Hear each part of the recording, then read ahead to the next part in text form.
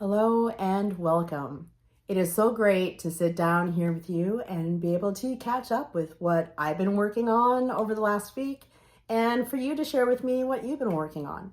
I love to hear about your projects, what's going on in your part of the world, so please feel free to leave that in the comments box if you feel like it.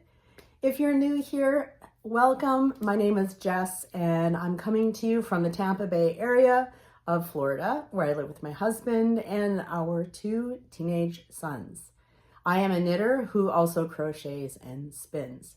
Today's episode, though, is all about the knitting and some acquisitions. A lot of acquisitions, actually. Today is going to be acquisition heavy.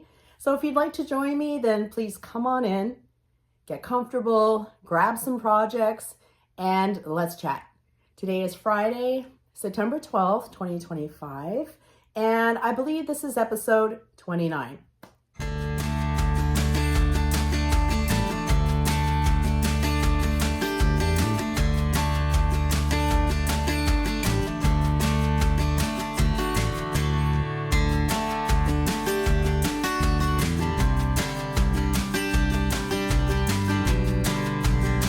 Hello, everyone. Thank you so much for coming by to visit with me today. I love these chats and I'm trying to get back to my weekly schedule, more or less. Everybody is out of the house right now. It's just before lunchtime. I've been trying to record. We won't go into all that. The lighting is not really doing well today, so it's a bit dark in the area behind me, despite all the lights I have on. So hopefully, though, you'll be able to see the projects and the colors as they actually appear. So it is actually, even though it's early-ish September still, this is the coolest weather in September I have experienced in the 19 years that I have lived in Florida. This is more like what we get in November. I'm not complaining. It's just a bit eerie and odd because it's the height of hurricane season, but it doesn't feel like that outside. Just saying. So I am able to actually wear a knit for a few minutes to talk about my one and only finished object. It is the finished object that I finished this morning. So it is not blocked. It has ends sticking out of it, which you're going to see. It is the So Faded that I've been working on and talking to you about for a while. So let me stand up to show it to you. So I worked it in 5 colors down to the hem at the bottom. It is meant to have, let's just show you that. Okay. It is meant to have 0 ease in the body or very little or negative ease, which I did not want. So I'll put the size that I knit up here, but you will also find a link to my Ravelry project page in the description box, along with all the places where you can find me or contact me. So I'm not going to go into those details. It is a fingering weight pattern. It's knit on US 5, which I think are 3.75 millimeter needles. I did go up a needle size to US 6 or 4 millimeters for the sleeves because of the small circumference. I do tighten up otherwise. Now the sleeves did come out to be 0 ease in them, which is okay. It does mean that there's a little bit more excess fabric here and then it's not in the arms, but I'm okay with that. And you will see my strings hanging out.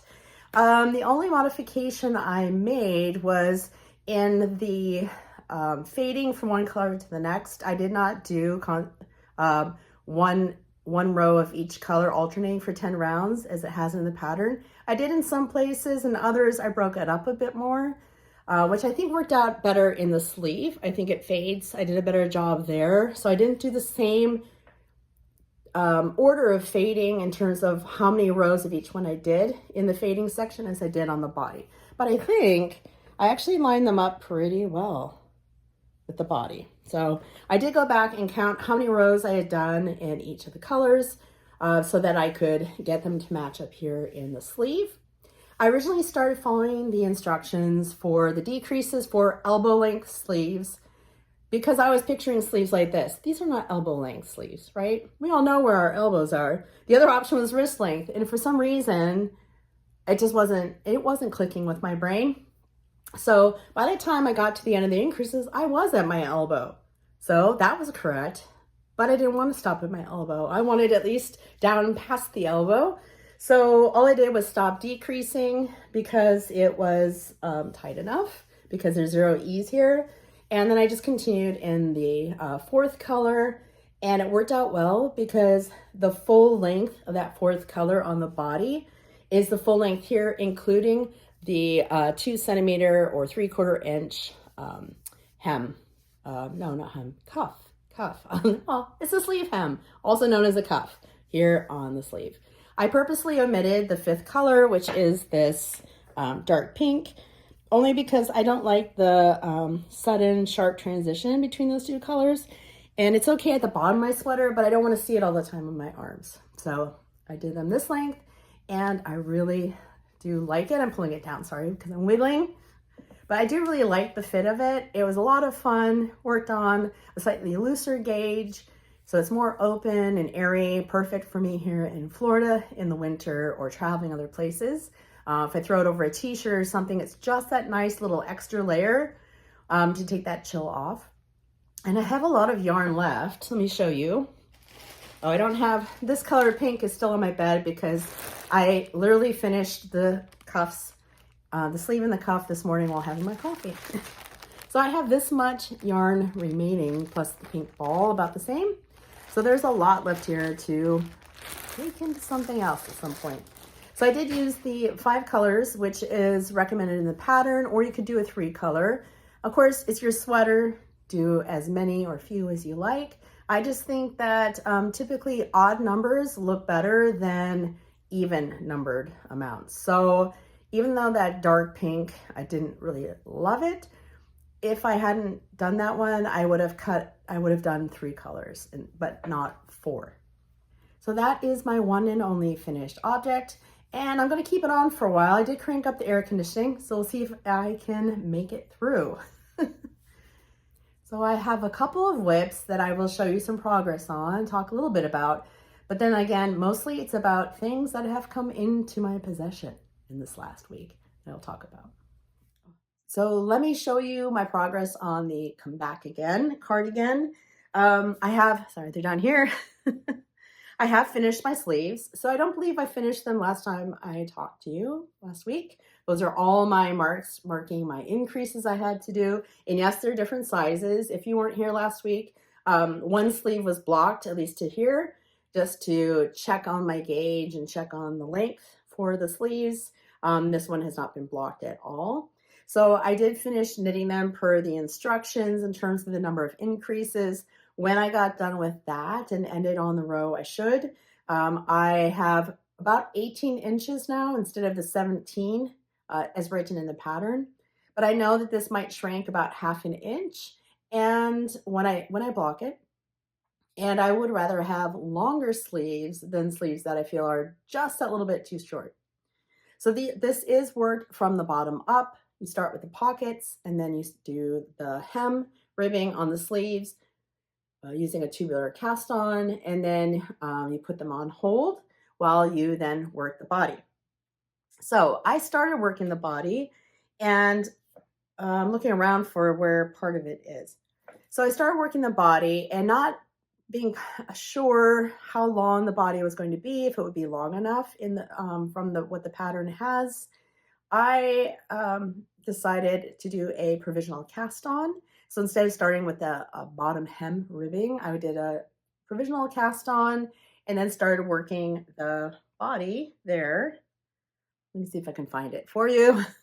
Okay, I'm all tangled up now, but we'll try to make it work. Good thing you can't see around me, right? So I knit this much of the body. So I don't know, it's about 1.5 inches. This was the provisional cast on edge. You see there's nothing there now. I decided after I knit for a while and looking back at the schematic and seeing how it was going, I decided I think the length would be fine. I wouldn't want to add on anymore for the hem. So I decided to pause here, go back, get those stitches on the needle and work the hem down and then just do an Italian sewn bind off so that the hem would match the tubular cast on for the sleeves. But after knitting about 1.5 inches of the ribbing, I noticed that there was a line between the body pattern and the hem ribbing. And I'm not sure if it's one thing specifically or a combination of factors. So what happened is it made it, and I should have taken a picture to show you, but it made it look like a seam line through the fabric on the right side. So as if you had sewn those two pieces together like you would fabric. And I thought, well, I've changed, but I've changed down to a smaller needle, so I shouldn't really be seeing that these stitches on the body were tight and then it got wider on the ribbing. So there was something strange going on. So I did try to loosen those up and see if maybe blocking and wiggling the stitches is going to work that out. But I could still see this just line going through it. So part of that might also be the pattern in the body against that edge, just from that having that pickup round here. I'm not sure, but I didn't like it. I tried to work beyond and thought, all right, well, we'll just leave it. But it bothered me. It bothered me enough that I decided to rip it out. So I ripped out the ribbing I had done, just left these on the needles and started over. I will just take this off later and use this yarn when I need it. I'm going to have to take off the needles because these are the needles I need to work the body, but I don't need to frog this right now. I just cast on to do the hem ribbing first. So if I can get that here off the floor. Excuse me. Oh, goodness. Okay. So that's what we're done here. So I started with the tubular cast on again, and we're off and running. The reason I decided to do the tubular cast on is because I like to use, if I use the crochet cast on method, where you cast on half the number of stitches you need using a crochet hook and cast the stitches onto your needle, and then on the next round do knit one yarn overs all the way across to increase your number of stitches. That is a really easy way for me to do the tubular cast on instead of constantly trying to do the winding thing, losing track, the stitches twist, especially because there are almost 280 stitches. I don't want to have to do it over and over again because I've messed up the other methods. So that one really works well for me. I really enjoy that method. It's super easy to do. I always do it starting with a needle size two sizes smaller than the ribbing needle. So the ribbing needle here are US 3s. So I started with a US 1, which is a 2.25 millimeter needle, so that that edge, when you do it, looks like this, and it doesn't flare out at all. It sits really nicely there. So I love that edge. Look at it. It's worth it. It's worth doing it. And I think actually this turns out much nicer than if I had done the sewn bind off. Plus doing a sewn bind off with that many stitches is a lot of yarn to be pulling back and forth. So just working from the pattern was the best way to go. Again, instead of, I'm going to try this way. So I don't know what that is. It's just over an inch and a quarter or so. I need 3 inches. So we're still going, but we're back in business. And I'm not in a rush to finish this cardigan. I want it done, but I'm enjoying it. I can work on this while watching TV or listening to an audiobook. So that's my progress on the Combackigan. I have also brought back out into my presence the Frosè Shorties socks. So let me show you those. So this is one of my longest going shorty socks ever because of me, whatever. I just kept messing it up, and it's not something difficult to mess up, but I think it's because it's lace, and lace and I don't have a very smooth relationship, but the effect is so good and these socks are so cute. I have to make the second one. So that's the front of the sock. You can see it has these little simple cables and lace pattern. It is knit toe up, but you do make a gusset. You do a short row heel flap, which gets rid of those gusset increases, and you knit a heel flap. And then you just have this little cuff at the top with a cute little picot edge there at the top. So I am on the second one. My brain seems to be doing pretty well. I only made a couple little mistakes. And I am now on the gusset increases. So not that long to go, and then these will be done. And then I'll have to decide if I'm keeping them, or if my sister likes them, then she can have them. She will be here in 9 days. So I need to get these done. I'm sure she will steal a lot of my hand knit socks, which is fine because she wears them, she appreciates them, and I'm always knitting them, so that's okay. But I'm not sure. I might want to keep these. Maybe she won't like them, and then I won't feel bad about keeping them. Don't tell her. All right. That's that one. Oh, the last work in progress I want to share with you at the moment is my Hallgrímskirkja shawl pattern by Joji Locatelli. I'm going to wheel over here and get it for you. Because after trying to record earlier, I threw everything on my bed and now it's out of order. Behind the scenes information. So I'm using this yarn from Noro, which is a blend of cotton, silk, viscose, bamboo, I think, and polyamide. It works up really nice. It doesn't split. It's not splitty at all. It does have these sort of thick, thin bits, and sometimes they get really kind of blasted out. What I mean by blasted out, really puffy sections. I don't know if I can find one. Probably not. Anyway, but it's not a problem. It kind of reminds me of hand spun. It's like a single ply hand spun. It's kind of what it feels like. So this is it so far. It was section 1. This section is 2, and I'm halfway through section 3.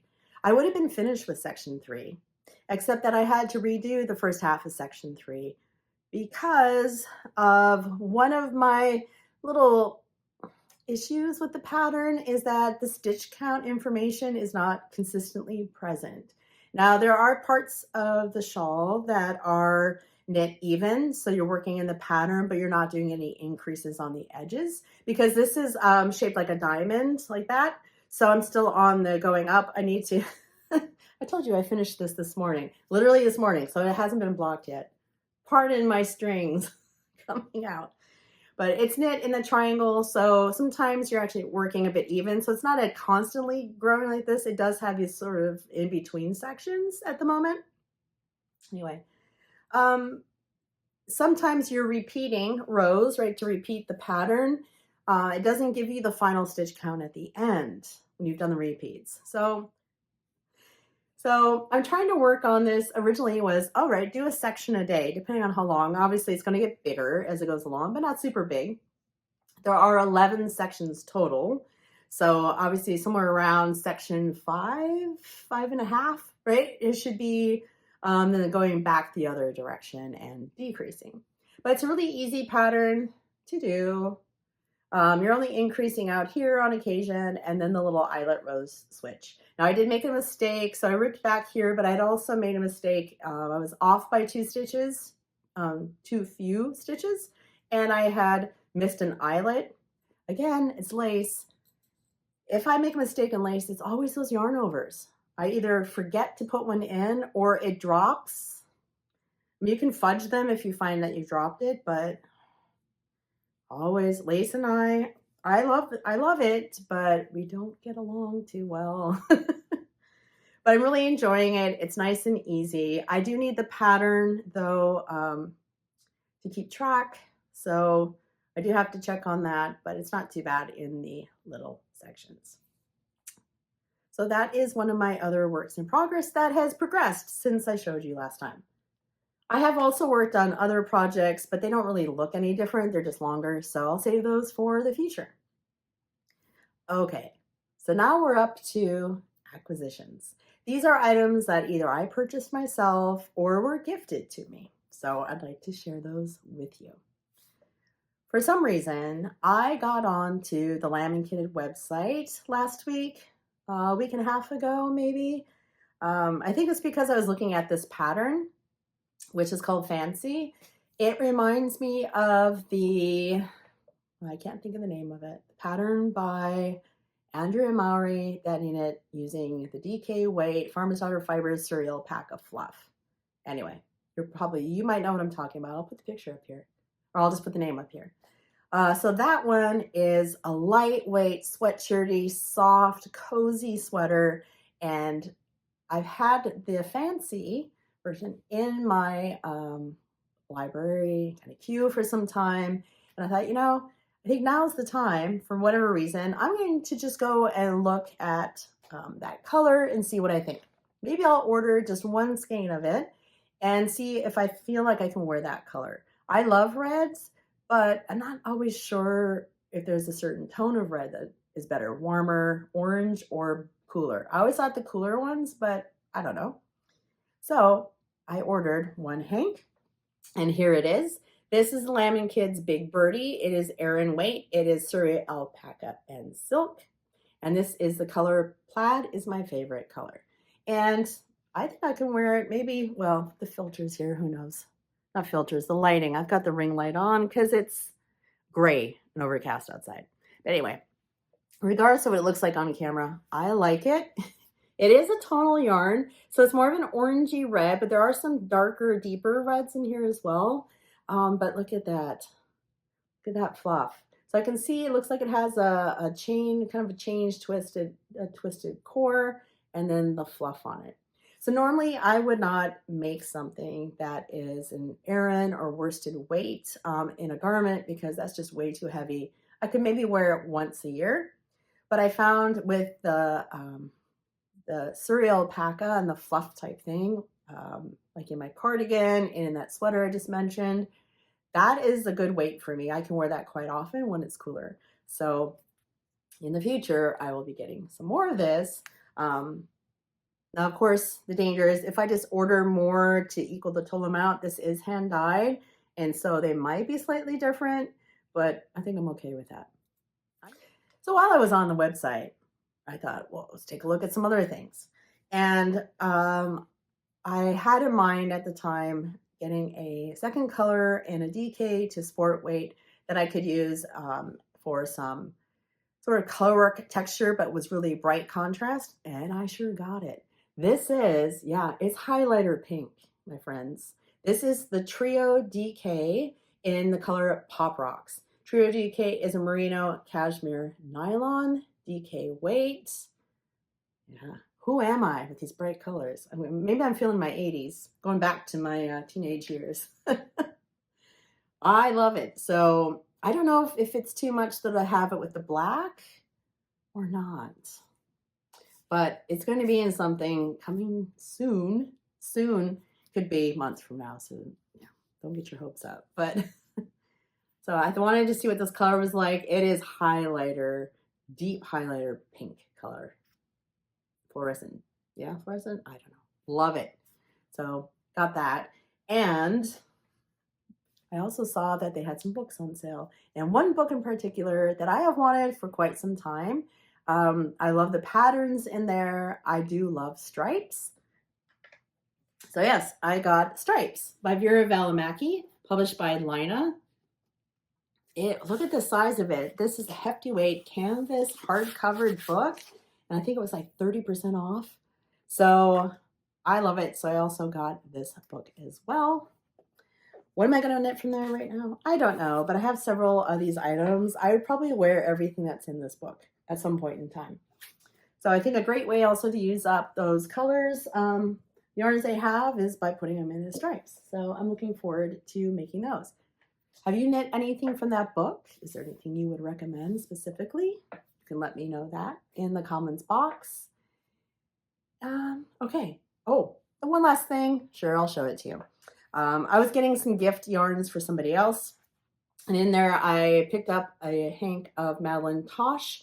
This is the Twist Light, which is 420 yards per whatever grams that is. It is a sock yarn, 75-25% merino nylon.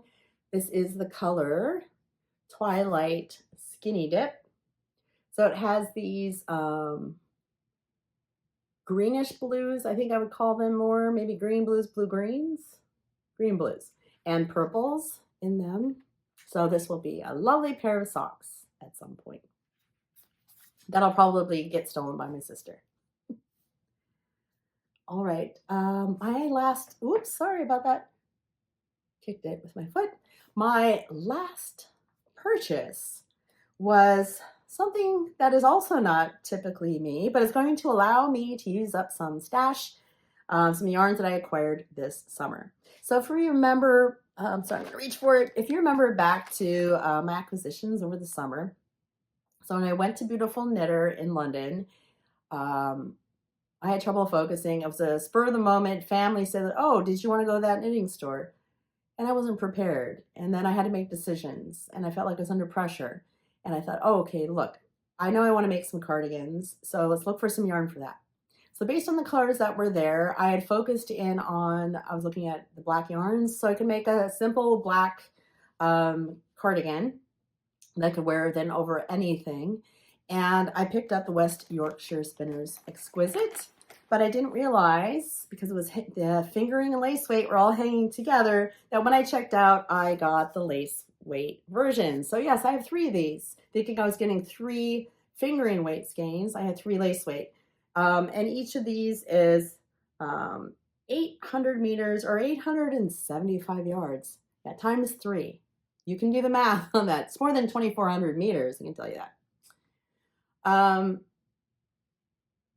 Anyway, what am I going to do with that? And it's fingering weight. Of course, I can hold it double or whatever. So I've been thinking about it for a while. And what I've decided is I'm going to knit this pattern here by Alicia Plummer, which is a free pattern on Ravelry. So it's just a simple tank top, but I thought, why don't we make it look a little bit more dressy or elegant? You know, you can dress it up or dress it down by either holding, so that's a sport weight. So I could either hold this double, or I could hold it with some lace weight mohair or surreal alpaca, or I could hold it with some little sequin thread. So I bought this off a shop on Etsy that was having a big clearance. I have definitely been inspired from the Grocery Girls. I think it was, who was knitting it? Jody? I think knitting the top with the holding some sparkle. And Yana from Finished Knitting Stories. Both of theirs are very sparkly, much more sparkly than I think I would likely wear. Because look at me, I'm not very, normally I'm in all my black, right? So I don't even wear jewelry. So I thought, but I think that would be really pretty if I could get something that had that little bit of something special to it without being over the top for me. So they're not very big. I'll show you with put my finger there. Okay, they're quite little sequins. So this is a cotton thread with the sequins on it. I've never knit with this type of yarn before, so that'll be interesting to try. But this shouldn't really be, because it's a thread, it shouldn't really be affecting the gauge. Not that the gauge is that important for this tank, but I thought I would hold these together. Put one of these down. I would hold these together, either just that with this thread, probably also with some fluff like this, and knit that up. Because my idea is, of course, I can just wear it as a tank top, but I wanted to be able to throw it over the top of a maxi dress that I have. So I have a black maxi dress that goes all the way to the floor, and it has spaghetti straps. So I thought this would fit really nicely over that if I don't, not necessarily do it cropped, but don't do it down to my waist, right? Keep it up a little bit higher. And I could throw that over the top. That might look really pretty. Or, you know, I thought, because I thought about, oh, what about doing something like in an emerald green or deep ruby red or something, but I wasn't sure of the colors when I was buying how sparkly it was. So I thought this was the safest way to go, but to play a little bit. So I probably won't cast this on probably till later this fall, but you never know. It could happen today. By the end of the day, it could be on the needles. At least playing with it and see what I think. So that's it for my acquisitions. Currently, there are some others that will be coming later. Okay, but I received a surprise parcel, well, semi-surprised, all the way from Australia. I had a notice a while ago that from the post office that, oh, there'll be a parcel coming. It was shipped to you from Melbourne, and you'll have to sign for it. I thought, Melbourne, Florida? Did I order something off Etsy? What is this? And then I finally realized when I looked at the map, it was in Victoria, Australia. And I thought, I think I might know who that's coming from. Intrigued. And with the shipping the way things are, I hope it gets to me.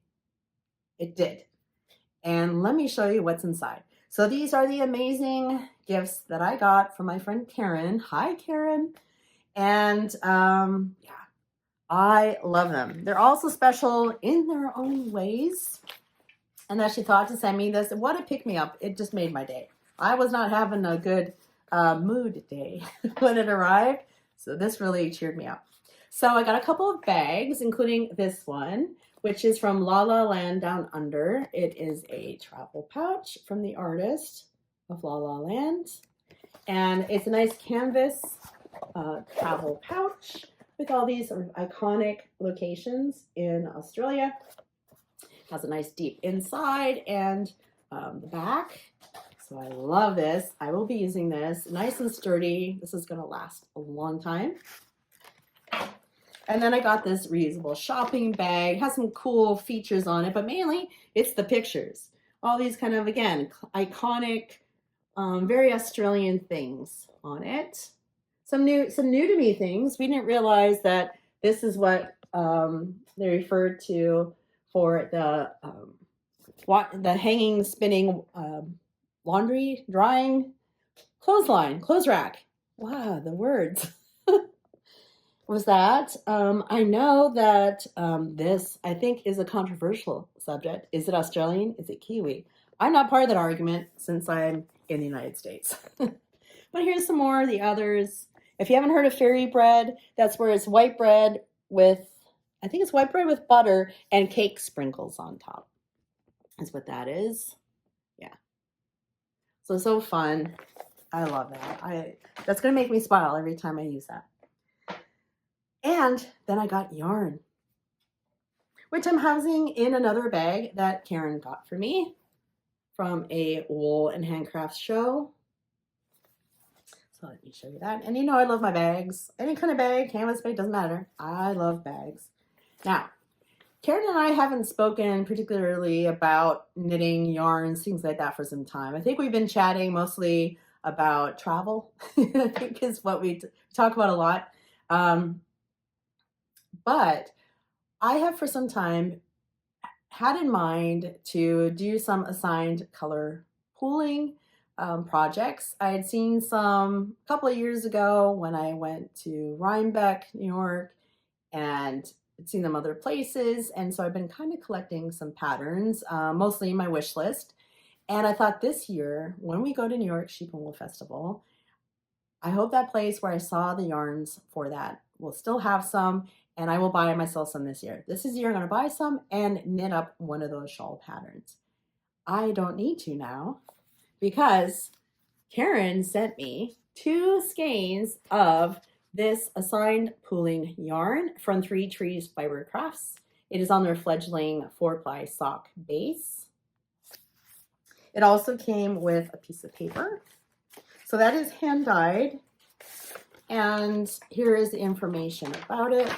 So this hand dyer is inspired by nature. So this colorway is based off this plant. And so that's the way it looks when you unwind the hank and then cake it up. And so I am so excited to be able to cast this on. Coming up, again, probably this fall into the winter is when I will cast that on. So that was fantastic. And then I got some more Australian yarn. It's all Australian yarns. This lovely ball of Bendigo Woolen Mills Galaxy 8-ply. I think it's the color berry. So an 8-ply is a DK to worsted weight here in the US. In this gorgeous 50% wool, 50% viscose from bamboo. So you can see that nice shine, I hope, comes up in there. It's gorgeous color.